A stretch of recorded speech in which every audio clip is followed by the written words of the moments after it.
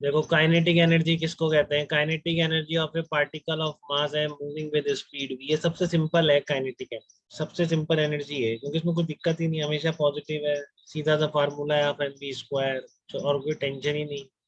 ठीक है, तो सबसे सिंपल चीज काइनेटिक एनर्जी है हमारे पास, हाफ एम वी स्क्वायर, हमेशा पॉजिटिव और हमेशा ऐसे ही लिखी जाएगी, half into m into v square. ठीक है, इंपॉर्टेंट बात वही फिर से, काइनेटिक एनर्जी क्या फ्रेम डिपेंडेंट होती है? तो ऐसे आंसर में सोचना ही नहीं, मैंने पहले ही बोला, एक फोर्स है जो डिपेंड नहीं करता, बाकी सब फ्रेम डिपेंडेंट। ठीक है, एक फोर्स ऐसा है जो डिपेंड नहीं करता है, बाकी सब फ्रेम डिपेंडेंट है। Work, kinetic energy, potential energy, सब बात है किसके रिस्पेक्ट। ठीक है, अब एक ब्लॉक है जो ट्रेन में जा रहा है, वो पैसेंजर्स के रिस्पेक्ट में क्या है? Kinetic energy zero. बट बाहर जो ऑब्जर्वर खड़ा है वो क्या बोलेगा? उसकी काइनेटिक एनर्जी जीरो नहीं है। ठीक है, तो अब बहुत ही इंपॉर्टेंट थ्योरम बेटा कि 99% प्रॉब्लम, ठीक है, वर्क पावर एनर्जी की इसी थ्योरम से निकलती हैं। अपन बहुत कम यूज करते हैं, दूसरी बताएंगे कब करते हैं। ठीक है, बट ये बहुत क्रूशियल थ्योरम मैं आपको निकाल के बता रहा हूँ, वर्क एनर्जी थ्योरम और काइनेटिक एनर्जी थ्योरम। एक एक स्टेप ध्यान से देखेंगे। फॉर ए पार्टिकल बात कर रहे हैं, फिर हम एक्सटेंडेड सिस्टम पे भी जाएंगे। अभी पॉइंट मास है हमारा, इतना वॉल्यूम नेग्लिजिबल है कि एक्सटर्नल फोर्स की कोई पॉसिबिलिटी नहीं। ठीक है, उसकी अगर हम बात कर रहे हैं तो हम क्या लिखेंगे? Kinetic energy is equal to half m v square, time के रिस्पेक्ट में डिफरेंशिएट कर दीजिए। डी के बाई डी टी कितना आ जाएगा? 1/2 m, 2v dv by D T. ये 2 कट जाएगा यहाँ से, m dv by D T into v। ये क्या होता है? मैंने बहुत बोला था, सर्कुलर मोशन पढ़ाया था, मैंने कहा था ये डिफरेंस क्लियर होना चाहिए। टेंजेंशियल। हाँ वेरी गुड बेटा, कि मैंने बोला था ये डिफरेंस क्लियर होना चाहिए। डीवी वेक्टर बाई dt क्या होता है और डीवी बाई dt क्या होता है, तो सब बच्चों के क्लियर है? अभी भी डाउट है किसी को? तो कुछ से तो अभी लास्ट टर्म पे बात हुई है। मनीषा आप बताइए, ये क्या होता है dv vector by dt? Dv vector by dt क्या होता है? Tangential acceleration. हाँ ये होता है बेटा, ये तो वेक्टर में ये पूछ रहा हूँ, तो ये तो क्या होगा? नेट होगा ना ये वेक्टर, डेफिनेशन से। ये जो है rate of change of speed है ना बेटा, ये होता है टेंजेंशियल। क्लियर है मनीषा ये चीज? Yes sir. हाँ, ये D rate of change of speed आपका टेंजेंशियल एक्सेलरेशन होता है, तो मैंने यहाँ पे लिख दिया। ठीक है, m into A T into. ठीक है, कोई डाउट किसी को इसमें? किसी भी तरह की दिक्कत वर्क एनर्जी थ्योरम के अभी तक के डेरिवेशन में? सबको क्लियर है कैसे काइनेटिक एनर्जी के एक्सप्रेशन को जस्ट मैंने डिफरेंशिएट कर दिया विद रिस्पेक्ट टू टाइम। ठीक है, तो m इंटू ए टी को मैंने क्या लिख दिया? Tangential force. ठीक है, टेंजेंशियल फोर्स मतलब फोर्स का वो कंपोनेंट जो वेलोसिटी वाली लाइन के अलोंग आ रहा है। तो मान लो ये पार्टिकल का किसी इंस्टेंट पर v वेक्टर है, और जो भी रिजल्टेंट फोर्स है वो इससे थीटा एंगल पे लगा।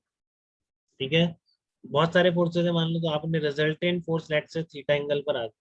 तो ये जो टेंजेंशियल फोर्स है इसको मैं क्या लिख सकता हूँ? एफ आर कॉस थीटा लिख सकता हूँ कि नहीं, बताना है।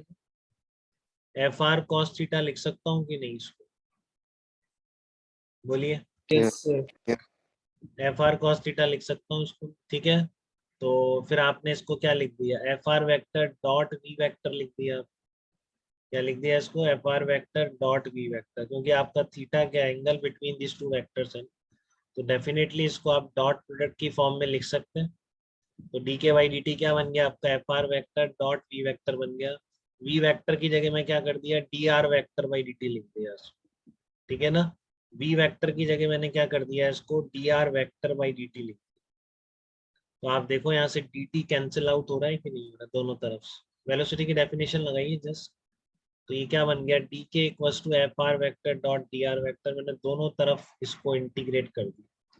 ठीक है, तो ये क्या था? डी आर वेक्टर डिस्प्लेसमेंट का वर्क था, इंटीग्रेट करोगे तो टोटल वर्क निकल के आए। ये सारे डी केस को अगर आपने ऐड कर दिया तो क्या बनेगा? Total change in kinetic energy बनेगा। तो फॉर एनी पॉइंट मास, ठीक है ना, फॉर एनी पॉइंट मास, क्योंकि रिजल्टेंट का जो वर्क है पॉइंट मास पर क्या होता है? वो टोटल वर्क डन के बराबर होता है, बात होती है।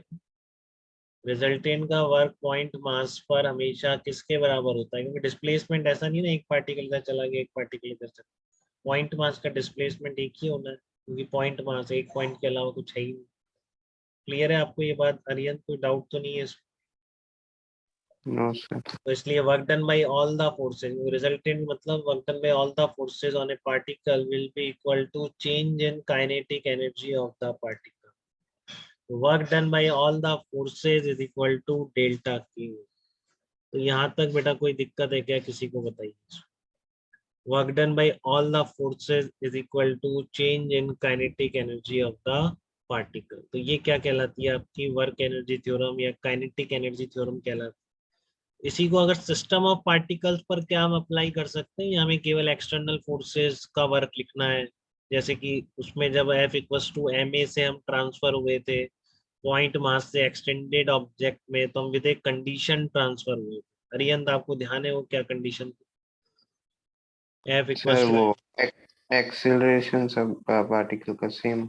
वेरी गुड बेटा, कि सारे पार्टिकल जब भी आप सिस्टम लेंगे तो क्या करेंगे आप, समीशन एफ एक्सटर्नल, वो तो एक तो फोर्सेस एक्सटर्नल बन गए थे, ठीक है, और एक क्या कंडीशन आ गई थी कि सिस्टम ऑफ पार्टिकल्स का हर पॉइंट का एक्सेलरेशन सेम होना चाहिए, तब आप उस पर F equals to m a apply कर सकते हैं. तो हम यहाँ पर भी वैसे ही चेक करेंगे कि यहाँ पर ये ऑल द फोर्सेस में केवल एक्सटर्नल आ जाए जब हम एक पॉइंट मास से एक्सटेंडेड ऑब्जेक्ट पर या फिर सिस्टम ऑफ पार्टिकल्स पर ट्रांसफर होंगे. तो कहीं इसमें तो ऐसा नहीं होता है. तो बहुत सिस्टम ऑफ पार्टिकल्स ये रहा आपका, ठीक है ना, एन पार्टिकल का सिस्टम है. तो इस पर आप बहुत सारे फोर्सेस लग रहे हैं, एक्सटर्नल भी है इंटरनल भी है, ठीक है. तो जैसे आपका एक्सटर्नल फोर्स है उसका वर्क डन लिख रहे हो आप, F1 external dot dr1 vector, ठीक है. पहले पार्टिकल के लिए लगा रहा हूँ वर्क, पार्टिकल के लिए प्रूव कर चुका हूँ, इसमें से एन पार्टिकल में से हर पार्टिकल के लिए वर्क एनर्जी थ्योरम वैलिड है. तो उस पार्टिकल पे लगने वाले सारे फोर्सेस का जो वर्क होगा that will be equal to change in kinetic energy. तो पहले पार्टिकल के लिए लिख दिया. तो ये क्या है, एक्सटर्नल है एक, और बाकी जो पार्टिकल उसी सिस्टम के हैं वो भी इंटरनल फोर्सेस लगा रहे होंगे, तो ये उनका वर्क है. अब क्योंकि पार्टिकल तो एक ही है तो सारी जगह dr1 सेम है इन सब जगह, ठीक है. बट ये सारा वर्क जो होगा फर्स्ट पार्टिकल पे, net work done will be equals to change in kinetic energy of the particle. हाँ हार्दिक, वेरी गुड बेटा, ठीक है. तो अब दूसरे पार्टिकल पे लगाइए, ऐसा ही दूसरे पार्टिकल पे लग गया F2 external dot dr2 vector. तो सेकंड पार्टिकल पर सारे बाकी जो पार्टिकल्स हैं उनकी वजह से इंटरनल फोर्स है इक्वल टू डेल्टा K2 आ गया, ठीक है. और ऐसे ही आपका nth पार्टिकल पे लग गया, ठीक है. तो वो क्या आ गया, डेल्टा Kn आ गया, ठीक है. अब आप इनको क्या करेंगे, सबको ऐड कर देंगे, ठीक है. तो ये आपका पूरे सिस्टम का नेट काइनेटिक एनर्जी चेंज आ जाएगा, ठीक है. और ये क्या आ जाएगा, सारे इंटरनल फोर्सेस का वर्क डन आ जाएगा, सारे इंटरनल फोर्स. देखो डिस्प्लेसमेंट अलग है, ये पहला पार्टिकल दूसरे पर, दूसरा पार्टिकल पर इक्वल एंड अपोजिट फोर्स लगा रहा है, बट ये क्या है, ये अलग हो गया ना. तो ये एडिशन जीरो निकल के नहीं आएगा उसमें, ठीक है ना, क्योंकि मैंने ये कभी नहीं कहा कि इंटरनल फोर्सेस का वर्क डन का सब जीरो होता है, ठीक है. मैंने आपको क्या बोला है कि आपका जो टोटल इंटरनल फोर्सेस का वेक्टर सम हमेशा जीरो होता है, ठीक है ना. बट यहाँ पर सिस्टम कोई भी जनरल पार्टिकल है, कोई कंडीशन नहीं है, सारे पार्टिकल इधर उधर जा रहे हैं, ठीक है. तो इस केस में ये वर्क डन जीरो नहीं होगा. तो क्या बना, ऐड करने पर सारे एक्सटर्नल फोर्सेस का सम, सारे इंटरनल फोर्सेस का सम, वो सिस्टम की काइनेटिक एनर्जी चेंज के बराबर आएगा. तो ये अब किसी भी दुनिया के सिस्टम के लिए वैलिड एक्सप्रेशन है, ठीक है ना. आज तक कोई इसका फ्लॉ या कोई इसका एक्सेप्शन नहीं. ये नेचर के लॉज इस तरह से देखे हैं न्यूटन ने, ठीक है, कि आपको इनका कभी कोई एक्सेप्शन नहीं मिलेगा. इतनी जबरदस्त तरीके से नेचर डिजाइन है, ये हमको इन लोगों ने बताया, ठीक है ना. जैसे conservation of momentum, angular momentum, energy conservation, आज तक कोई इसका एक्सेप्शन नहीं, ठीक है ना. बस आइंस्टीन ने क्या चेंज कर दिया, केवल एनर्जी के अंदर नहीं है, एनर्जी प्लस मास के अंदर है, जब आप उस रिलेटिविटी पे जाके बात करें, ठीक है. लेकिन अब उसका कोई फ्लॉ नहीं है, फिर एनर्जी प्लस मास हमेशा कंजर्व, ठीक है. तो जब तक आप उस लेवल पे नहीं जा रहे हैं तब तक क्या है, एनर्जी कंजर्व. तो इनका आज तक कोई एक्सेप्शन नहीं, कभी ऐसा नहीं है कि एक्सटर्नल फोर्स नहीं लगे और मोमेंटम कंजर्व ना हो. पूरे वर्ल्ड में, पूरे यूनिवर्स में कोई एक्सेप्शन नहीं, इतने जबरदस्त लॉ है, ठीक है. तो देखो आप, इसलिए आपका ये हमेशा वैलिड एक्सप्रेशन, इसमें कोई कंडीशन नहीं है कैसा भी सिस्टम हो, ठीक है. हमेशा सारे एक्सटर्नल का वर्क ऐड कर दोगे, सारे इंटरनल का वर्क ऐड कर दोगे, तो that will be equal to change in kinetic energy of the system. 10 particle हो, 20 हो, इनफाइनाइट हो, इधर उधर कैसे भी जा रहे हो, सब तरह से वैलिड एक्सप्रेशन है। क्योंकि बिल्कुल शुरू से आपने देखा मैंने जस्ट काइनेटिक एनर्जी की डेफिनेशन से ये सारा निकाला और कुछ किया ही नहीं। ठीक है, पहले मैंने पार्टिकल के लिए निकाल के बताया आपको, फिर मैंने उसको सिस्टम ऑफ पार्टिकल्स पर जस्ट ट्रांसफर कर दिया। तो आपको ये समझ में आ गया है, आज से अब ये गलती नहीं करेंगे कि वर्क एनर्जी थ्योरम लगाने को बोला और पहले सोच रहे हैं कि सर इसमें इंटरनल का वर्क भी आता है, तो फिर मैं क्या जवाब होगा वो मैं भी नहीं समझ पाऊंगा, क्या बोलूँ उस टाइम पर। ठीक है ना, क्लियरली आपको बता दिया है कि सारे वर्क है बेटा, इंटरनल प्लस एक्सटर्नल सबका जो टोटल वर्क डन है किसी भी सिस्टम पे, सिस्टम आप कुछ भी चूज करो उसमें, ये कंडीशन कोई कंडीशन नहीं है। ठीक है, हमेशा सारे फोर्सेस का वर्क डन क्या आएगा, चेंज इन काइनेटिक एनर्जी के बराबर निकल के आए। तो यहाँ तक थोड़ा भी डाउट बेटा किसी को, बोलिए, बात क्लियर है सबको? Yes, sir. चलिए, Yes, sir. Very good.